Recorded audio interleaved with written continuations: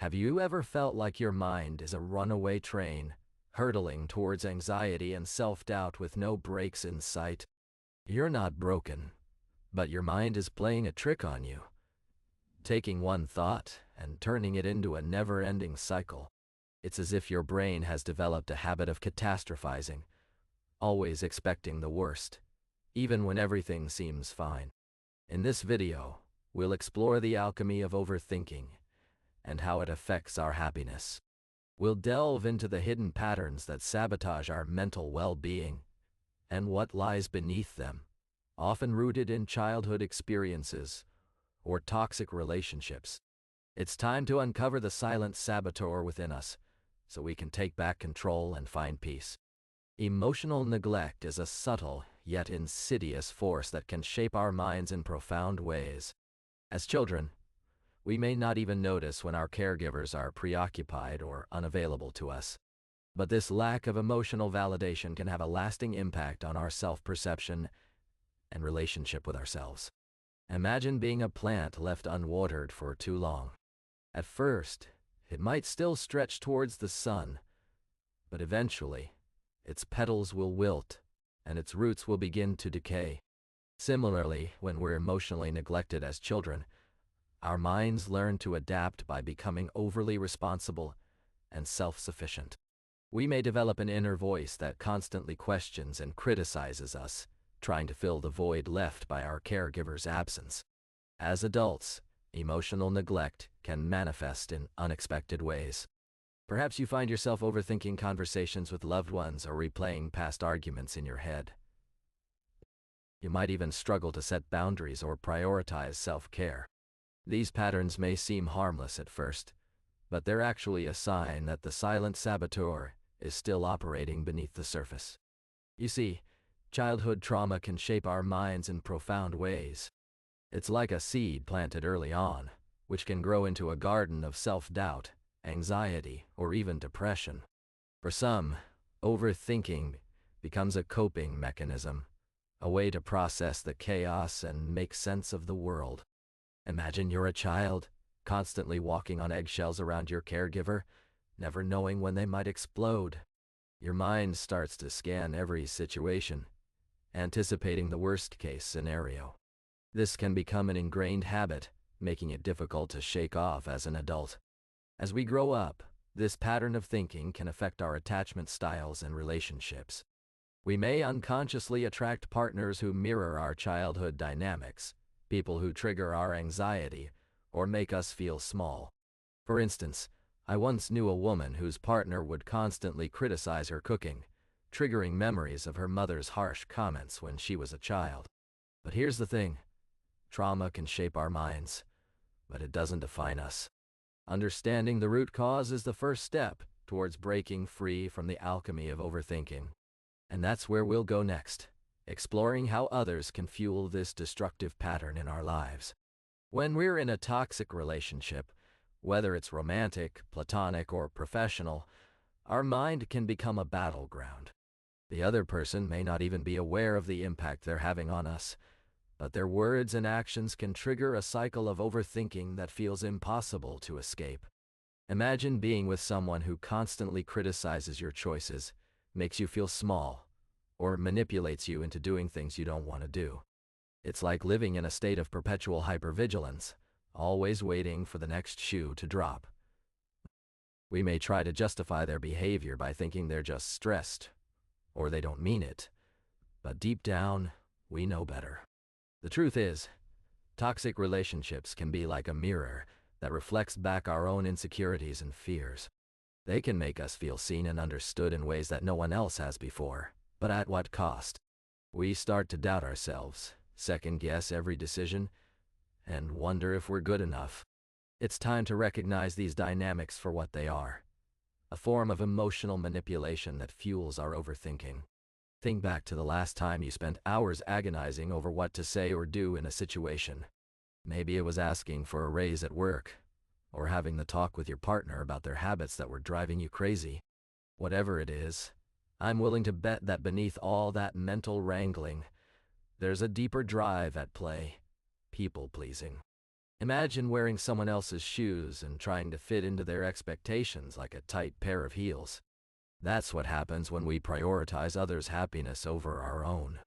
We start to second-guess ourselves, wondering if we're good enough, smart enough, or lovable enough.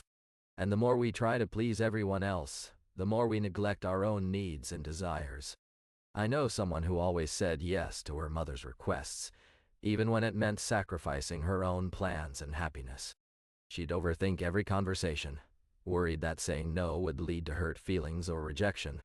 But by people-pleasing, she was actually perpetuating a cycle of self-doubt and anxiety.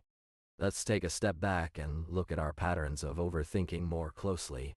What triggers these cycles for you? Is it stress from work or school, perfectionism that drives you to be flawless in every area of your life? Or maybe even fear, the fear of making mistakes or not being good enough? Maybe it's people-pleasing, like we saw with Sarah earlier. She was afraid of rejection, so she constantly put others' needs before her own, only to end up feeling drained and uncertain about herself. Think about a time when you were stuck in one of these patterns. What did your mind do? Did it replay conversations, analyze every detail, or catastrophize the worst-case scenario?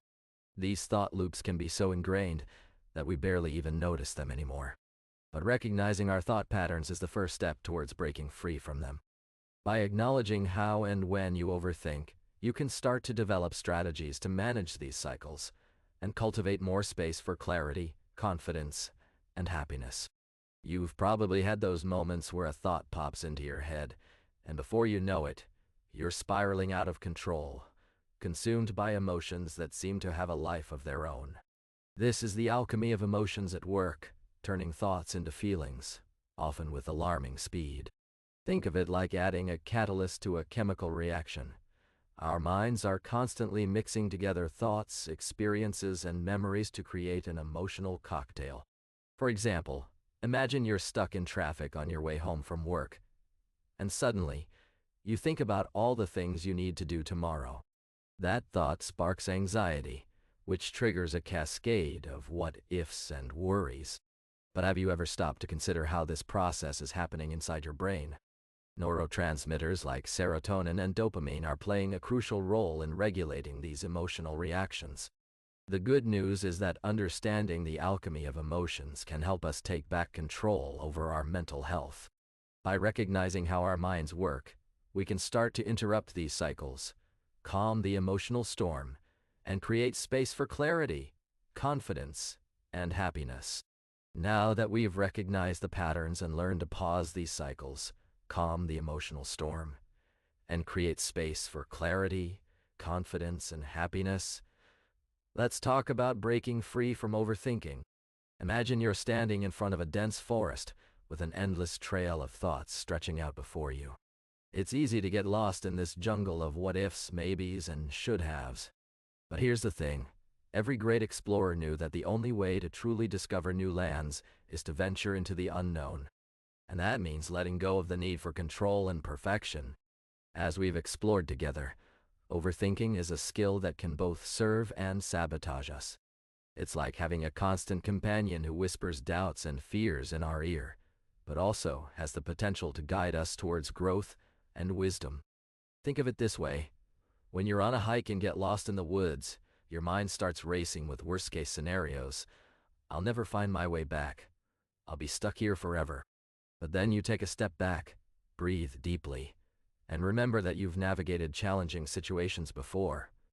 You recall the times when uncertainty turned into opportunity.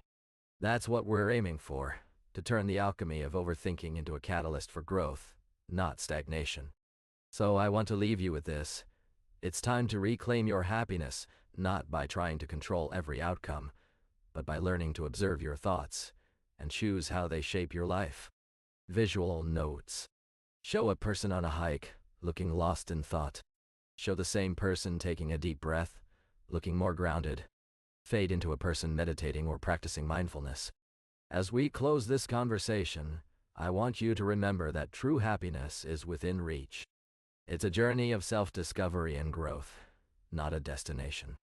By acknowledging the alchemy of overthinking and taking small steps towards change, you can start living a more authentic, joyful life, free from the burdens of self-doubt and anxiety.